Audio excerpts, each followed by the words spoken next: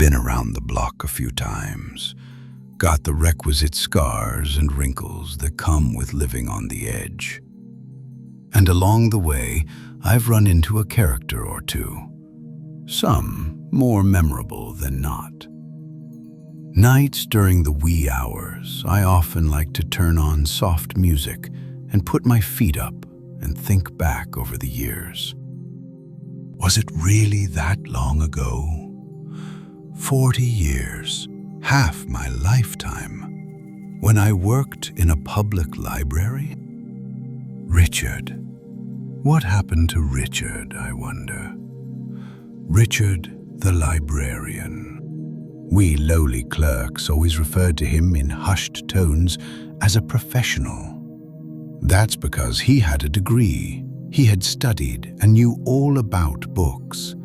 He knew how to disappear a book up on a shelf somewhere and then find it again. No fuss at all. Something about a Dewey Decimal number. Richard is thin and angular, but his features are soft, not harsh. He walks like a metronome, each step precisely measured and carefully timed.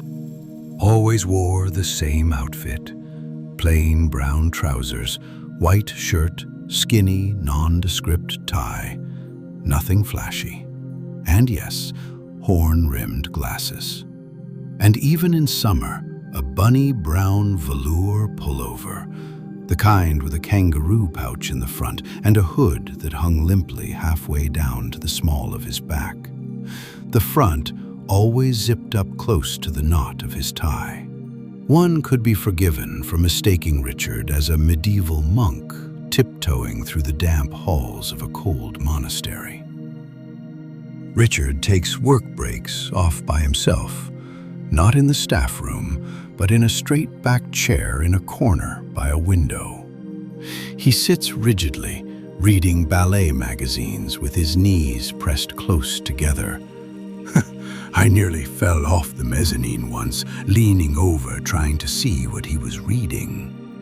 The magazine had been touched by others, so Richard, with two hands and arms extended, holds it straight out in front of him, careful not to let it brush against his clothes. Our lunch hours overlapped.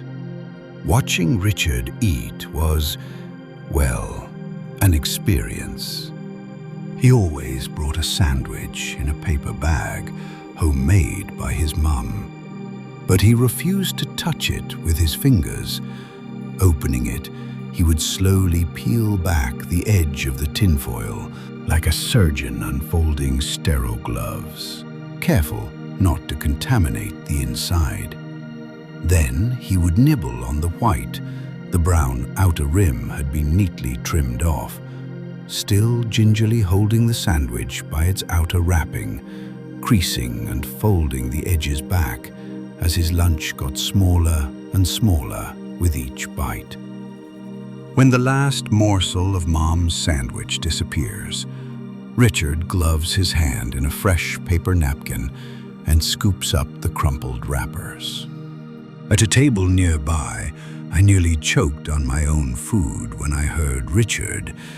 He had a way of speaking through clenched teeth, sounds escaping reluctantly, like the hushed venom of a gentle murderer.